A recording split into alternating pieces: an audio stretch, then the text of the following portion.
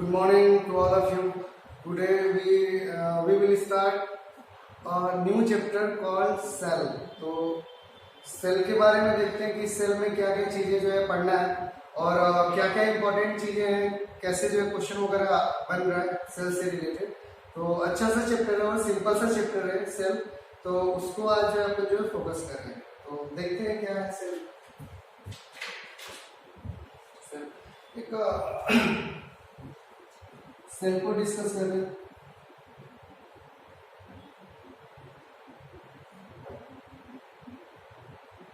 आप हेडिंग डालेंगे सेल।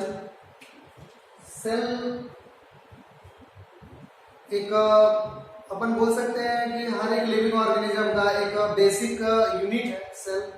और सेल को डिफाइन कई तरीके से कर सकते हैं। एक सिंपल सा तरीका है, ऐसे बोल सकते हैं कि it is a structural and functional unit of living organism या लाइफ, ऐसे बोल सकते हैं। और सेल का सबसे पहले सेल को जो डिस्कवर हुआ, सेल की डिस्कवरी, वो डेड सेल को देखा गया सबसे पहले। उसके बाद जो है फाइनल जो है लिविंग सेल के बारे में पता चला। ठीक है, तो सेल को देखते हैं। सेल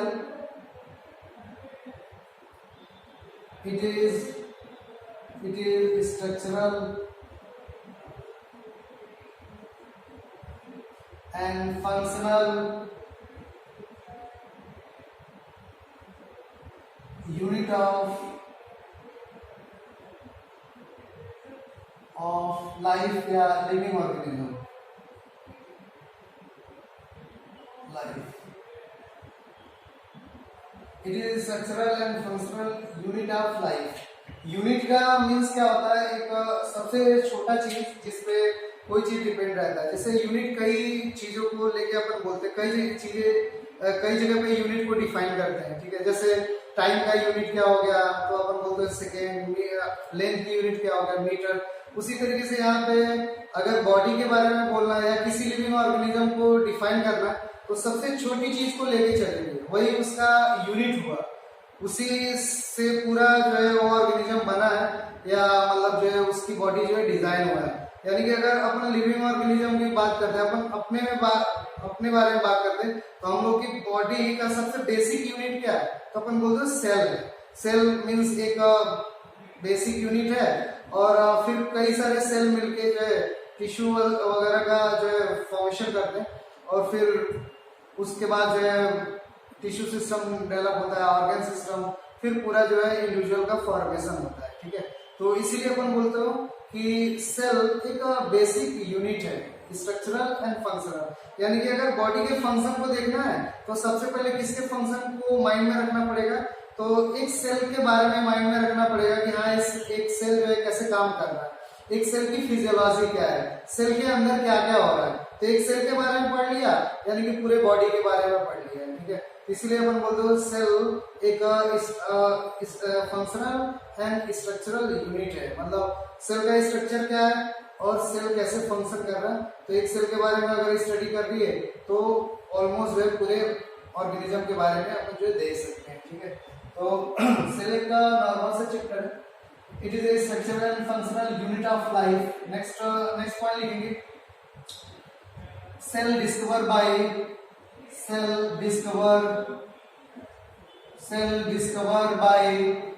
सबसे पहले सेल को, डेड सेल को देखा था, रॉबर्ट हुक ने देखा था।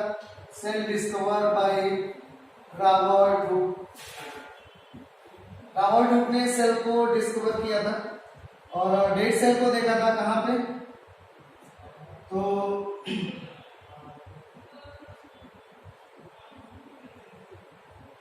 कॉर्क में डिस्कवर किया था, और कॉर्क एक प्लांट का पार्ट है। डेड कॉर्क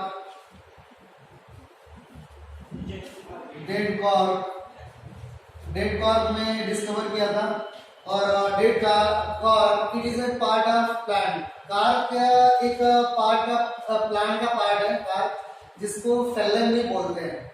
ठीक है, जब अपन जो है बड़ी क्लास में जाएंगे तो अपन कॉर्क वगैरह को डिस्कस करेंगे। ठीक है, कॉर्क का दूसरा नाम है फेलन, और प्लांट का आउटर पार्ट होता है। ठीक है, तो इसको अपन जो है प्लांट में देखेंगे आगे।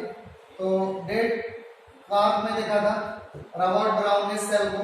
और कार्प में इस तरीके से स्ट्रक्चर दिखाई दिया था, एक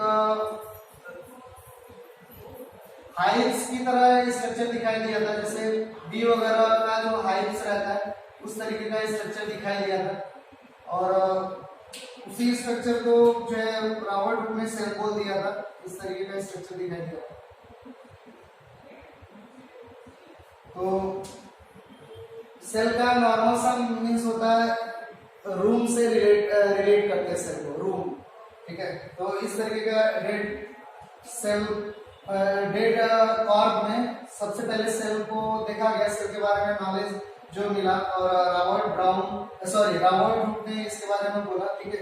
उसके बाद लेटर ऑन लिविंग सेल के बारे में, उसके बाद लिविंग सेल के बारे में कौन बोला एंटोनी वॉन लिवेनहॉफ, एक दूसरे साइंटिस्ट है एंटोनी, या कई जगह एंटोन लिखा है, Antonie van Leeuwenhoek.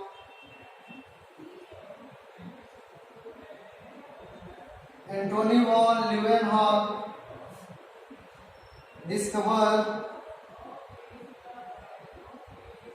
Discover living cell. एक क्वेश्चन बार बार पूछा है कि लिविंग सेल के बारे में कौन डिस्कवर किया, तो अपन बोलते हैं एंटोनी वॉन लिवेनहॉफ। इसको फादर ऑफ माइक्रोबायोलॉजी भी बोलते हो, एंटोनी वॉन लिवेनहॉफ को फादर ऑफ माइक्रोबायोलॉजी। तो Antonie van Leeuwenhoek discover living cell. और एंटोनी वॉन लिवेनहॉफ ने लिविंग सेल में क्या क्या डिस्कवर किया, तो सबसे पहले लिविंग सेल को देखा, और कौन कौन से सेल को ऑब्जर्व किया, तो अपन लिखेंगे स्पर्म सेल को, स्पर्म सेल। ये भी क्वेश्चन आया कि कौन कौन सा सेल जो है ऑब्जर्व किया है एंटोनी वॉन लिवेनहॉफ ने, तो अपन बोलते हैं sperm cell, protozoa,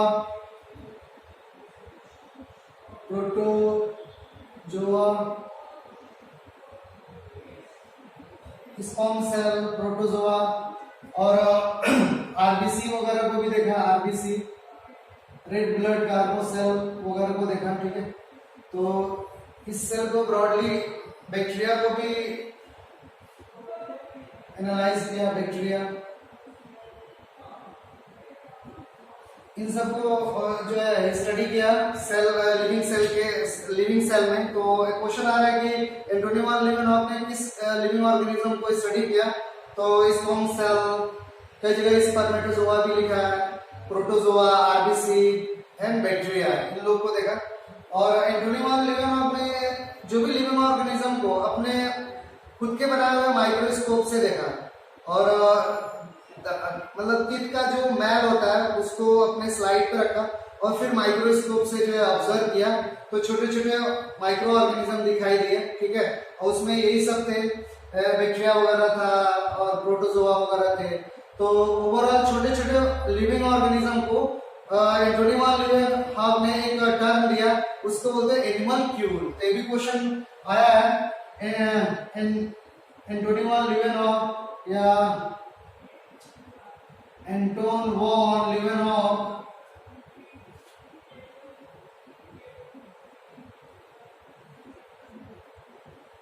provide term animal cure, animal cure एक टर्म है, एंटोनी वॉन लिवेनहॉफ ने प्रोवाइड किया। और इसका नॉर्मल सा मीन्स होता है स्मॉल लिविंग ऑर्गेनिज्म से रिलेट करते हैं इसको, एनिमल क्यूर, ठीक है। तो ये आप जो मेंशन करो एंटोनी वॉन लिवेनहॉफ का क्या कंट्रीब्यूशन है। और बाकी माइक्रोबायोलॉजी में एंटोनी वॉन लिवेनहॉफ का काफी ज्यादा कंट्रीब्यूशन है, लेकिन यहाँ पे सेल के केस में अपन लिख रहे हैं तो इतना था, ठीक है। लिविंग सेल को सबसे पहले एंटोनी वॉन लिवेनहॉफ ने लिखा था, ठीक है। इतना हो गया, हम जो इसको रफ कर रहे हैं सेल का बेसिक चल रहा है, ठीक है। तो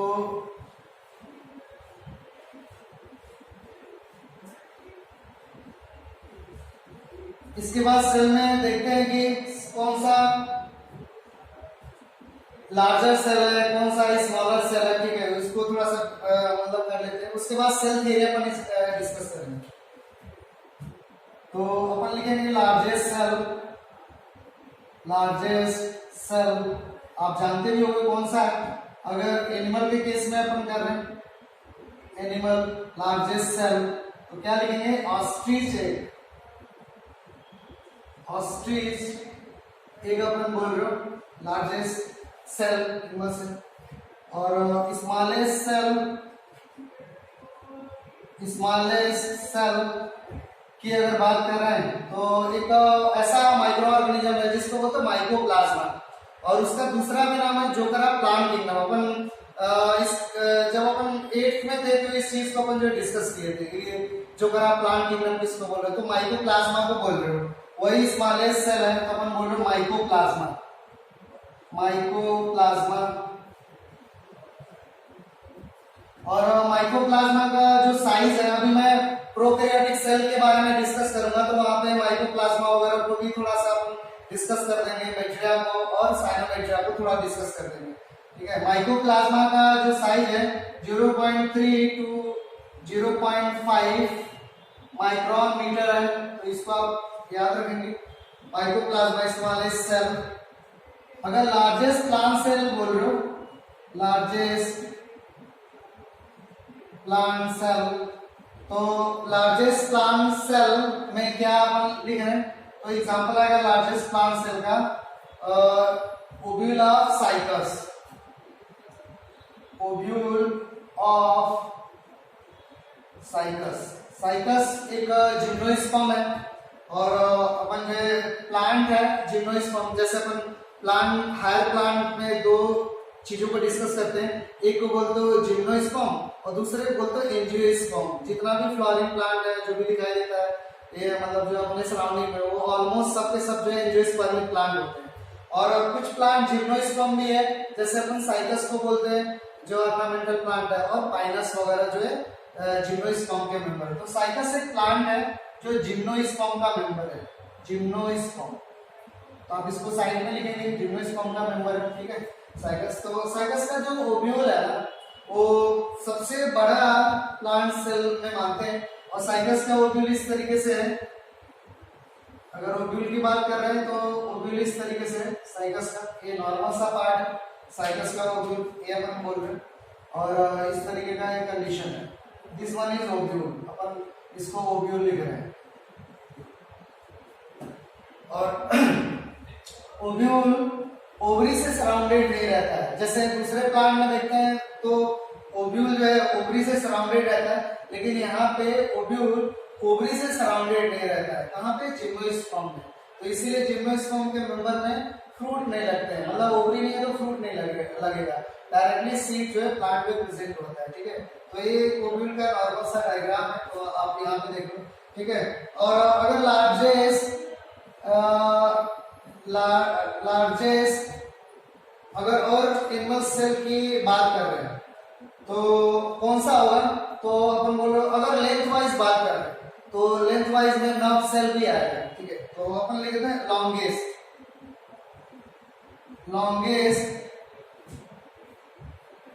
सेल।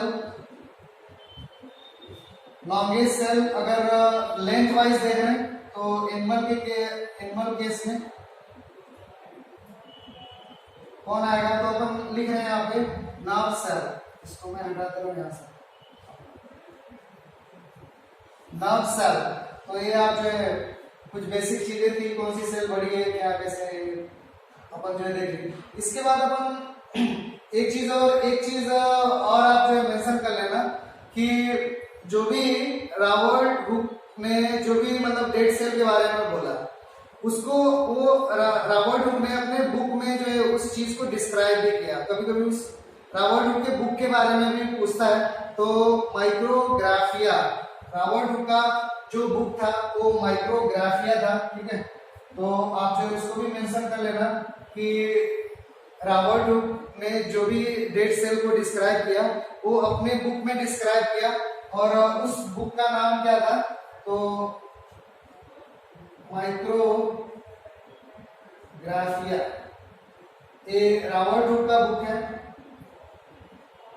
Robert Hooke. तो इसको आप जो है मेंशन कर लेना। ठीक है, कि कौन सा बुक था? तो माइक्रोग्राफिया। ठीक है, तो ये हो गया। नेक्स्ट अपन देख रहे हैं कि सेल के बाद सेल को और अभी फर्दर जो है ज्यादा डिटेल से करेंगे। अभी थोड़ा सा इसके बारे में जो भी मतलब कहानी वगैरह है उसको देख लेते हैं। अभी अपन देखते हैं सेल थियरी, उसके बाद सेल को डिवाइड करेंगे फर्दर। सेल थियरी देख लेते हैं इससे related.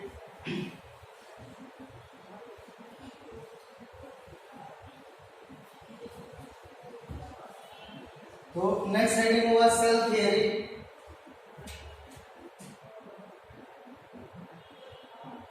Cell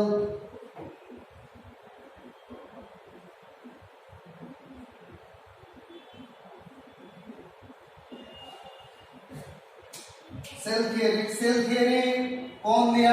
cell theory given by, अच्छा सेल थियरी में पहले होता क्या है और कौन दिया और मॉडिफाइड सेल थियरी क्या है, तो देख लेते हैं। सेल थियरी में cell theory given by Schleiden and Schwann. Schleiden एक बॉटनिस्ट है, स्लीडन एंड स्वान एक जूलॉजिस्ट है, ठीक है।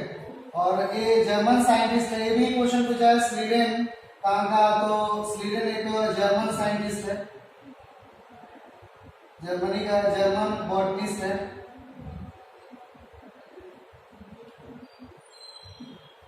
और बॉटनिस्ट है तो प्लांट से रिलेटेड है। और ये किस टाइम की बात थी, तो 1838 की बात थी। 1838 में जर्मन साइंटिस्ट स्लीडन ने सेल थियरी के बारे में बोला, ठीक है। और स्वान एक ब्रिटिश साइंटिस्ट थे, जूलॉजिस्ट थे।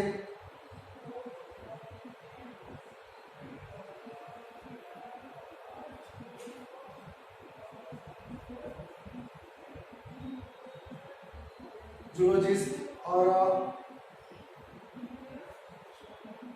इसने भी 1839 के टाइम पे दोनों मतलब मिल के दोनों ऑलमोस्ट एक ही ऑलमोस्ट सेल थियरी पे ही काम कर रहे थे। तो एक जूलॉजिस्ट से रिलेटेड थे और एक बॉटनिस्ट थे। स्लीडन जूलॉजिस्ट बॉटनिस्ट थे और स्वान जो है ब्रिटिश साइंटिस्ट थे जो जूलॉजिस्ट थे। और इन दोनों ने मिलकर सेल थियरी को दिया। और सेल थियरी इन दोनों साइंटिस्ट के अकॉर्डिंग क्या बोलता है सेल थियरी, कि दुनिया का जो भी लिविंग ऑर्गेनिज्म है वो सेल का बना हुआ है। All living organism made up of cell. तो इन दोनों ने बोला कि ऑल लिविंग ऑर्गेनिज्म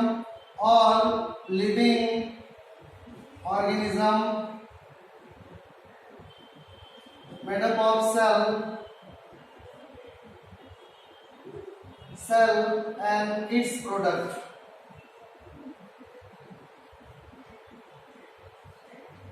दुनिया का जो भी लिविंग ऑर्गेनिज्म है सेल का बना है। और सेल के अंदर से क्या केमिकल निकल रहा है, कौन सा क्लोराइड निकल रहा है, कौन सा फिनोलिक कंपाउंड निकल रहा है, कौन से हार्मोन निकल रहे हैं, उसका बना हुआ है। मतलब सेल का तो बना हुआ है और उससे निकलने वाला प्रोडक्ट का बना हुआ है, ठीक है। तो स्लीडन एंड स्वान का ये मतलब कंडीशन था कि सेल थियरी के बारे में उन लोगों का जो व्यू था वो था कि लिविंग ऑर्गेनिज्म सेल के बने होते हैं, ठीक है। लेकिन स्लीडन एंड स्वान का जो सेल थियरी था वो फेल हो गया, क्योंकि Schleiden and Schwann not describe how new cell is form. Schleiden and Schwann ने ये नहीं बता पाया कि कैसे न्यू सेल फॉर्म हुआ, ठीक है। तो ये ड्रॉबैक था, ड्रॉबैक। अब ड्रॉबैक को लिखेंगे, दे नॉट डिस्क्राइब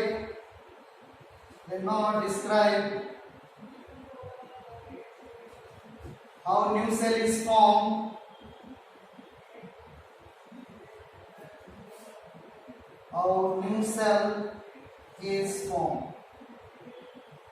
तो इसलिए ये सेल थियरी जो है थोड़ा सा डेविएट हुआ, थोड़ा सा मतलब इसको चेंज करने की जरूरत पड़ी।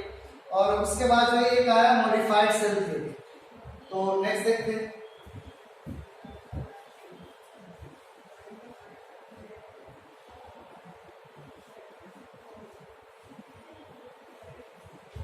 नेक्स्ट पॉइंट लिखेंगे modified cell theory. Modified cell theory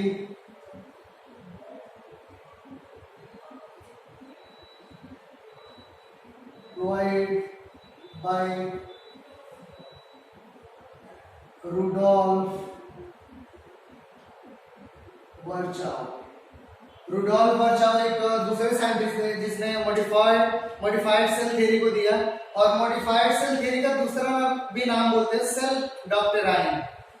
modified cell theory का दूसरा नाम अपन बोल रहे हो सेल डॉक्ट्राइन बोल रहे हो, तो इसको भी याद रखें।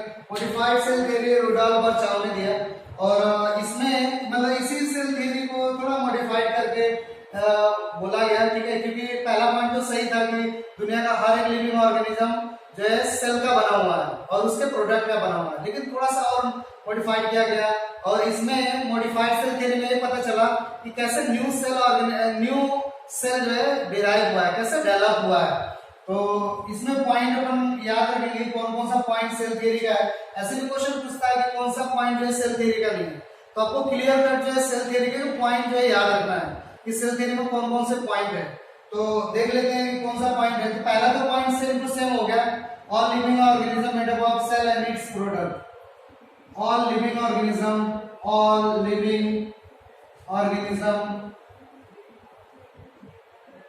Made up of cell and its product।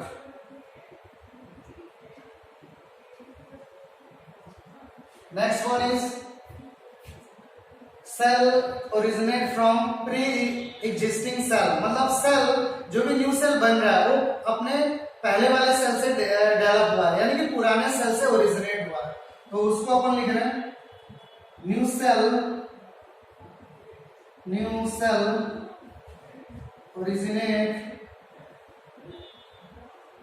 from pre-existing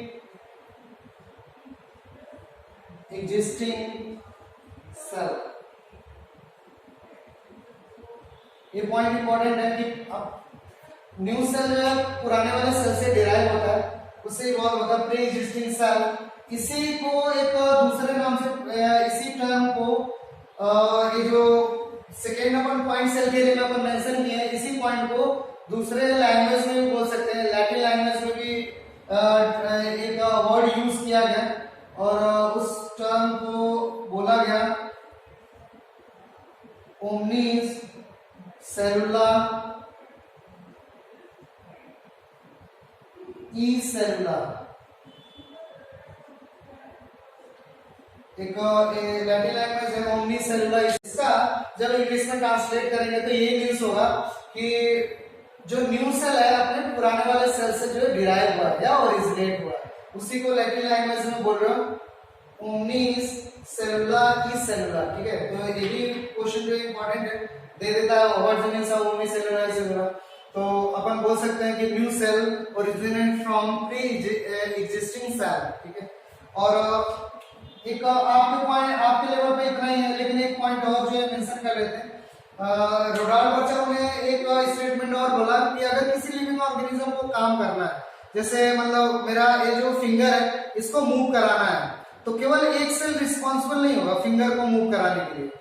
सबके सब जो भी इसके सराउंडिंग सेल है सबके सब एक साथ मिलकर काम करेंगे, फिर जाके ये फिंगर जो है इस तरीके से मूव कर पाएगा या कोई ऑर्गेनिज्म जो है मूव कर पाएगा। ठीक है, तो उसी को लास्ट स्टेटमेंट में लिखते हैं कि function of an organism depend on function of an organism depend on some total SUM में लिख रहा हूं some total function of its neighboring cell।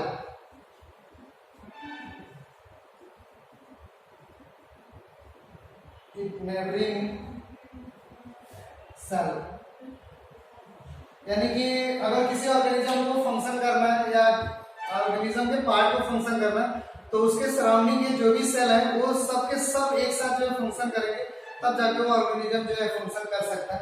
तो ये 3 पॉइंट आपको याद रखना है। All living organism made up of cell and its product, new cell originate from pre-existing cell, or function of an organism depend on sum total function of its neighbouring cell, उसके बगल वाले cell के total function पे depend करेगा उस organism का function. तो ये ओवरऑल सेल थियरी था, मॉडिफाइड सेल थियरी था। और ये जो सेल थियरी था ये क्यों, मतलब इसका क्या ड्रॉबैक रहा, ये आपको क्लियर कट पता चला, और इस पॉइंट को आप याद रखेंगे, ठीक है। सेल थियरी का एक्सेप्शन कहाँ पे सेल थियरी जो है फॉलो नहीं होता है, या सेल थियरी कहाँ पे नहीं मिलता है, तो अपन बोलते हैं वो कुछ ऑर्गेनिज्म में सेल थियरी फॉलो नहीं होता है, यानी कि एक्सेप्शन ऑफ सेल थियरी। तो नेक्स्ट पॉइंट लिखेंगे एक्सेप्शन।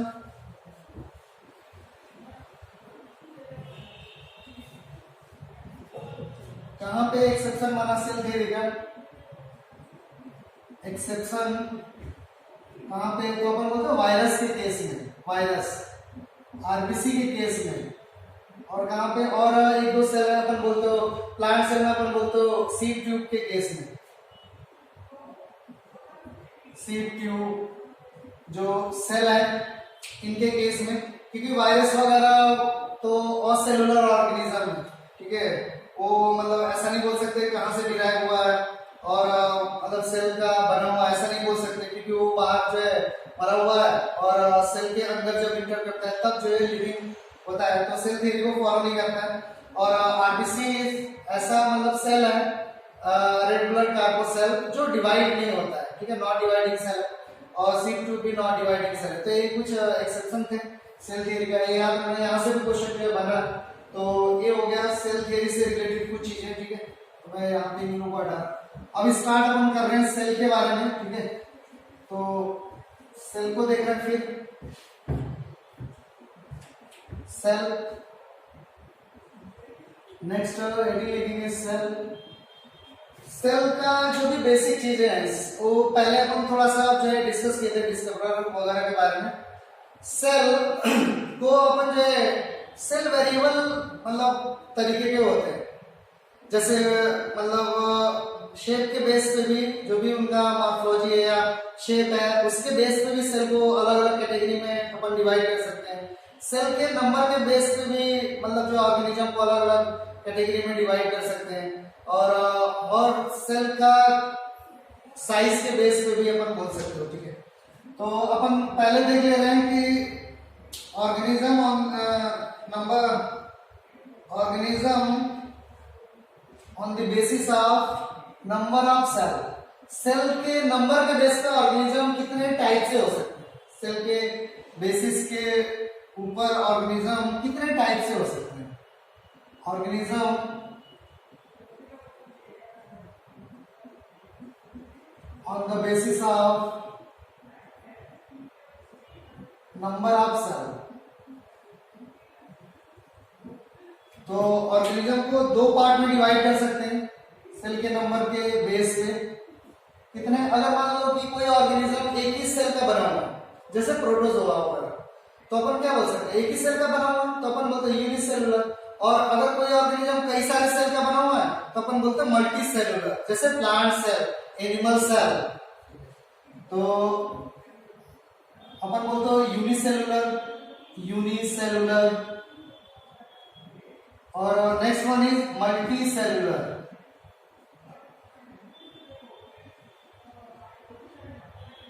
तो यूनिसेलुलर में एग्जांपल क्या लिखेंगे, कोई पूछ दे यूनिसेलुलर ऑर्गेनिज्म का नाम बोलो आप, तो यूनिसेलुलर ऑर्गेनिज्म का नाम आप क्या बताएंगे, तो अपन बोलो अमीबा, यूग्लिना वगैरह, पैरामीशियम बोल सकते हैं। पैरामीशियम को कई जगह MOE लिखा है, ये भी सही है, MOE भी सही है, ठीक है। और मल्टी सेलुलर का एग्जांपल कोई बोलेगा तो क्या आप जो मेंशन करेंगे, क्या बताएंगे, तो अपन बोलते हो प्लांट सेल और animal cell.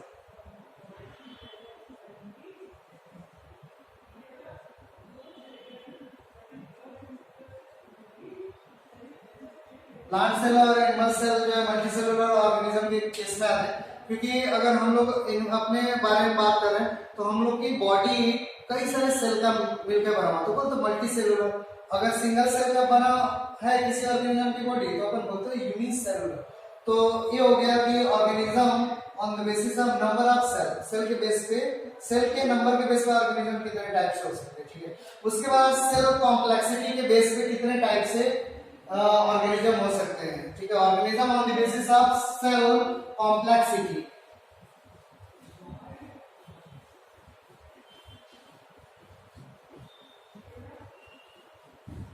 Organism on the basis of, next point लिखेंगे, organism on the basis of cell complexity,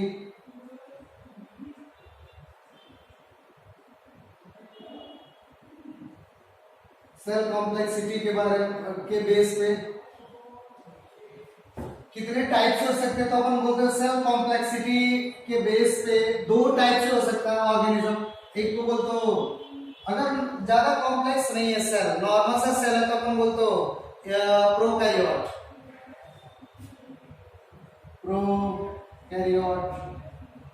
और अगर ज्यादा कॉम्प्लेक्स है तो अपन बोलते हो वेल डेवलप्ड है तो अपन बोलते हो यूकैरियोट। तो सेल कॉम्प्लेक्सिटी के बेस पे अपन जो है प्रोकैरियोट और यूकैरियोट जो है बोल सकते हैं, ठीक है। प्रोकैरियोट का मींस क्या होता है, प्रिमिटिव सेल जो इनिशियली डेवलप हुआ। यूकैरियोट का मींस होता है वेल डेवलप ऑर्गेनिज्म, यूकैरियोट, ठीक है। तो इसको अपन देखिए। अब सेल को नॉर्मल तरीके से अपन डिवाइड करते हैं, प्रोकैरियोट और यूकैरियोट को ही लेके चलते हैं, ठीक है। इसी को अपन जो है डिस्कस कर रहे हैं और फिर इसको फर्दर जो है आगे जो है प्रोसीड कर रहे हैं, देख लेते हैं।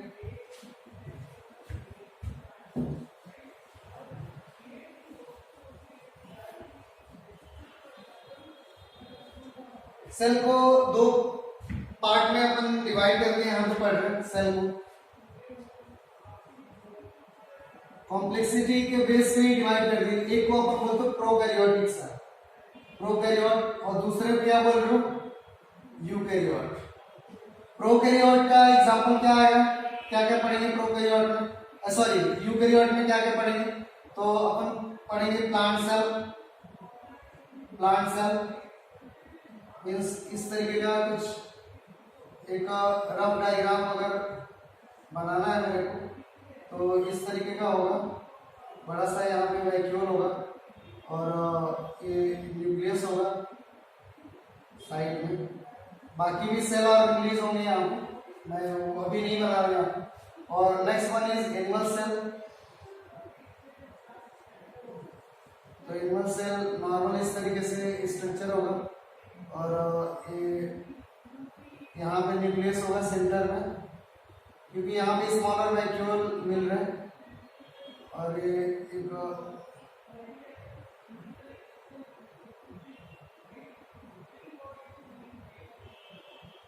रफ डायग्राम में बना दिया है।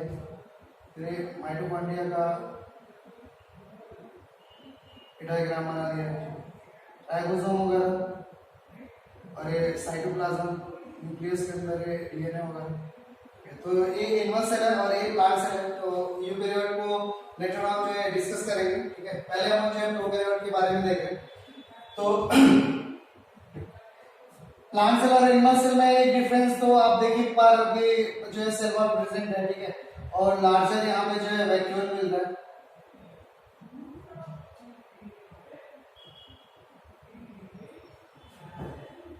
तो प्रोकैरियोट को देख रहे हैं, प्रोकैरियोट में क्या क्या अपन जो डिस्कस करेंगे प्रोकैरियोट में। तो प्रोकैरियोट का एग्जांपल क्या बनाएगा, क्या बनेगा इसमें, तो अपन बोलो बैक्टीरिया। बैक्टीरिया अपन प्रोकैरियोट में डिस्कस करेंगे, थोड़ा सा डिस्कस करेंगे बैक्टीरिया के बारे में। और साइनोबैक्टीरिया,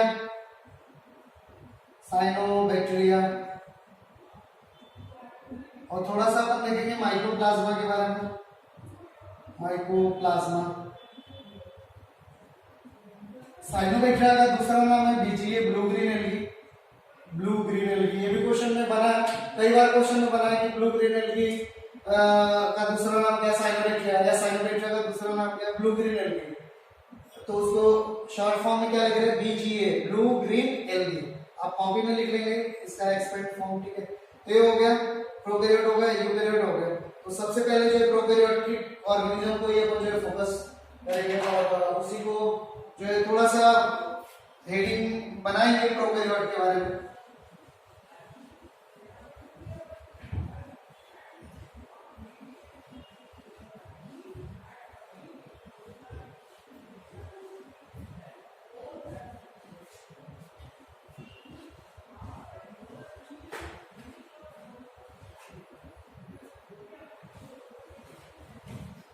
प्रोकैरियोट को हेडिंग लेके चल रहे हैं प्रोकैरियोट के बारे में। और प्रोकैरियोट का कुछ कैरेक्टर देख रहे हैं, प्रोकैरियोटिक ऑर्गेनिज्म का क्या कैरेक्टर है। प्रोकैरियोट, प्रोकैरियोट को प्रोकैरियोट क्यों बोल रहे हो, क्योंकि यहाँ पे जो है न्यूक्लियस एब्सेंट होता है। Pro means primitive, karyote means nucleus. तो ओवरऑल जो है न्यूक्लियस के बेस पे भी अपन बोल सकते हैं कि ऑर्गेनिज्म दो तरीके का होता है, दो या तीन तरीके से बोल सकते हैं। अपन बड़े क्लास में जाएंगे तो तीन तरीके से बोलेंगे, एक को बोलेंगे प्रोकैरियोट और दूसरे को बोल देंगे मेसोकैरियोट, और लेटर ऑन लास्ट वाले को क्या बोलेंगे, तो अपन बोलेंगे यूकैरियोट, ठीक है। लेकिन आपके लेवल पे दो ही तरीके का है। अपन एक को बोल रहे हो न्यूक्लियस के बेस पे, दो तरीके से बोल रहा हूँ आपके बेस पे, आपके लेवल पे, प्रोकैरियोट और यूकैरियोट, ठीक है। तो अगर न्यूक्लियस किसी ऑर्गेनिज्म में नहीं है तो अपन मतलब प्रोकैरियोट, और किसी ऑर्गेनिज्म में वेल डेवलप्ड न्यूक्लियस मिल रहा है या न्यूक्लियर मेम्ब्रेन मिल रहा है तो अपन बोलते हो यूकैरियोटिक ऑर्गेनिज्म, ठीक है। तो प्रोकैरियोट केस में पॉइंट लिखेंगे कि here these are primitive cell या primitive organism, these are primitive organism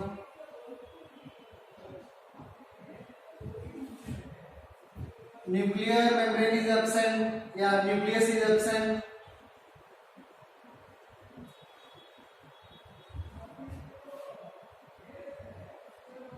और अगर न्यूक्लियस एब्सेंट है तो उसका कंडीशन को अपन बोलेंगे न्यूक्लियोइड। न्यूक्लियस इज एब्सेंट और न्यूक्लियोइड, उस कंडीशन को न्यूक्लियोइड बोल रहे हो जहां पर न्यूक्लियस नहीं है, कॉल्ड न्यूक्लियोइड। और इंसिपिएंट न्यूक्लियस, ये भी क्वेश्चन है, इंसिपिएंट न्यूक्लियस और जीनोफोर,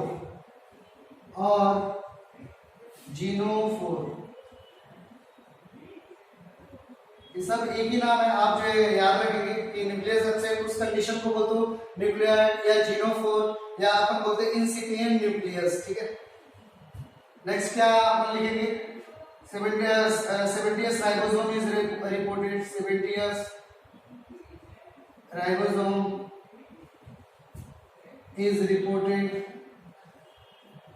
राइबोसोम सेल के बाद सेल जब पढ़ेंगे, सेल ऑर्गेनेलिज पढ़ेंगे तो राइबोसोम को जो है डिस्कस करेंगे। अभी केवल पॉइंट लिख दे रहे हैं। Double stranded circular DNA is reported, circular double stranded DNA is reported, circular DS DNA अपन लिखे, D का मीन्स होता है डबल, S का मीन्स स्टैंडर्ड, डबल स्टैंड। चलो मैं यहाँ पे लिख रहा हूँ डबल स्टैंड DNA, ठीक है। और क्या पॉइंट लिख सकते हैं, मोनेरा के जो भी मेंबर है उनमें मतलब सेल वॉल होता है या कुछ में सेल वॉल नहीं है, ठीक है। तो ऑलमोस्ट में सेल वॉल होते हैं, और सेल वॉल अगर है तो पेप्टिडोग्लाइकान का बना होता है, ठीक है। तो अपन 8 में थोड़ा सा बेसिक अपन बताए थे पेप्टिडोग्लाइकान सेल वॉल के बारे में, ठीक है। Cell wall made up of peptidoglycan,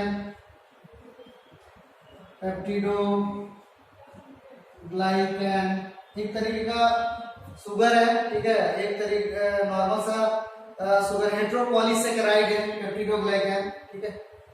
तो आगे देखेंगे cell wall made up of peptidoglycan, या इसी का दूसरा नाम है म्यूरिन। म्यूरिन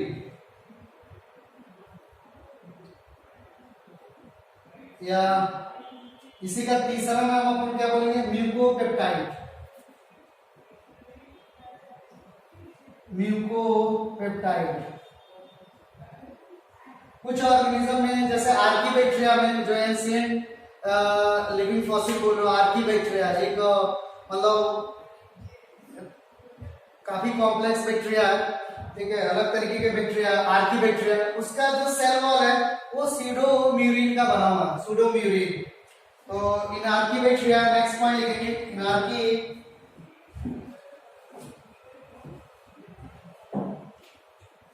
टर्म अगर आप जो सुने रहेंगे तो सही रहेगा, आर्कीबैक्टीरिया होगा।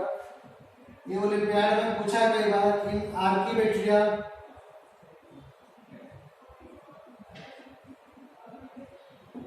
Cell wall made up of, एक दूसरा कॉम्प्लेक्स है, दूसरे तरीके का सुगर है, उसका बना हुआ सूडोम्यूरिन।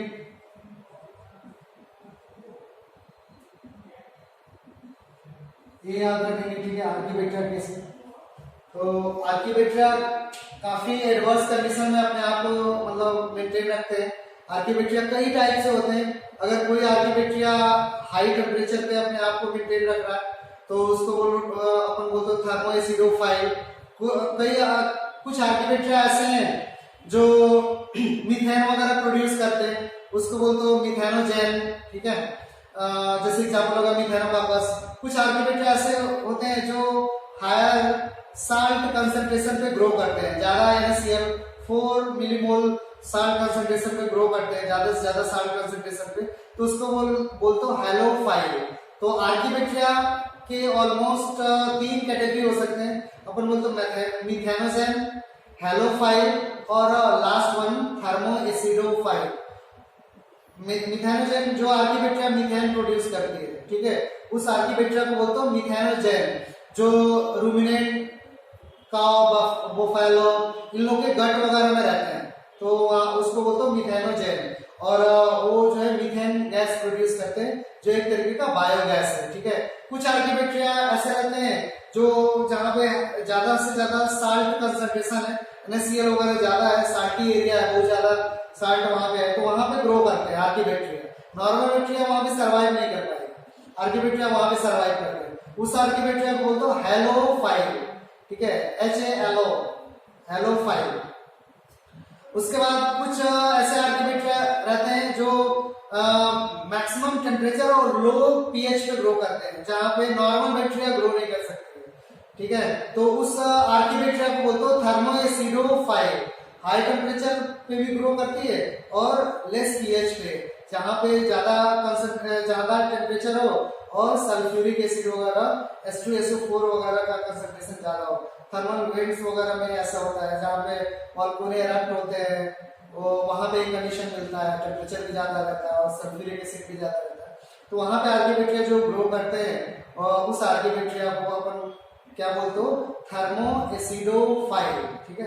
तो इस तरीके का आर्कीबैक्टीरिया, उतना डिटेल से आपने नहीं आर्कीबैक्टीरिया के बारे में, लेकिन मैं 3 जो कैटेगरी बोला उसको आप जो मेंशन रखेंगे, कौन कौन से, मिथेनोजेन, ये भी एक आर्कीबैक्टीरिया जो काऊ वगैरह बुफेलो के गड वगैरह में मिल रहा है, इंटेस्टाइन में मिल रहा है। और दूसरा हम क्या बोल सकते हैं, तो अपन बोलते हैं हैलोफाइल बोल सकते हैं, जो हायर NaCl कंसंट्रेशन में ग्रो कर रहा है। और तीसरा अपन थर्मोएसिडोफाइल, जो high temperature and low pH पे ग्रो कर रहा है, ठीक है। तो प्रोकैरियोट के केस में थोड़ा सा और देखेंगे, ठीक है। और प्रोकैरियोट में क्या क्या है, बैक्टीरिया भी प्रोकैरियोटिक ऑर्गेनिज्म है, साइनोबैक्टीरिया और माइकोप्लाज्मा, और कई सारे भी है स्पाइरोकीट वगैरह, लेकिन उतना नहीं आपको देखना है, ठीक है। तो और कुछ और कंडीशन देख रहे हैं, ठीक है, सेल वॉल के बारे में अपन देख लिए। उसके बाद कुछ ऐसे प्रोकैरियोट हैं, जैसे कुछ ऐसे बैक्टीरिया है जहां पे प्लाज्मिड मिल रहा है, प्लाज्मिड, और प्लाज्मिड आप जो समझ पा रहे हो, some bacteria contain plasmid, some next point लिखेंगे, some bacteria contain plasmid. Plasmid भी एक जेनेटिक मटेरियल है, एक्स्ट्रा क्रोमोसोमल जेनेटिक मटेरियल, ठीक है। कुछ बैक्टीरिया में प्लाज्मिड रहते हैं, जैसे इस तरीके का अगर मैं कोई इस एक नॉर्मल सा डायग्राम बना दूं, तो एक बैक्टीरिया का डायग्राम इस तरीके से बना दिया। एक बैक्टीरिया है और बैक्टीरिया का खुद का सर्कुलर डीएनए अपन पहले लिख चुके हैं, इस तरीके का सर्कुलर डबल स्ट्रैंडेड डीएनए, ये तो इसका खुद का जेनेटिक मटेरियल है, इसको अपन बोलते हो बैक्टीरियल क्रोमोसोम। बैक्टीरियल क्रोमोसोम बोल रहे हो या बैक्टीरियल डीएनए बोल रहे हो, दोनों में से कोई भी टर्म यूज कर सकते हैं, बैक्टीरियल क्रोमोसोम या बैक्टीरियल डीएनए, ठीक है। तो ये कंडीशन हो गया। अगर अगर मान लो यहाँ से क्वेश्चन आ गया, ऐसा कोई पूछ रहा है कि बैक्टीरिया में कितना डीएनए या कितना क्रोमोसोम मिलता है, तो क्या आंसर आएगा? बैक्टीरिया में कितना क्रोमोसोम? तो अपन बोलते हैं बैक्टीरिया में एक क्रोमोसोम मिलता है, ठीक है। तो ये क्वेश्चन इंपॉर्टेंट है कि बैक्टीरिया में कितना डीएनए है, कितना क्रोमोसोम है, तो अपन बोलते हैं बैक्टीरिया में एक क्रोमोसोम होता है, ठीक है। दूसरा देखिए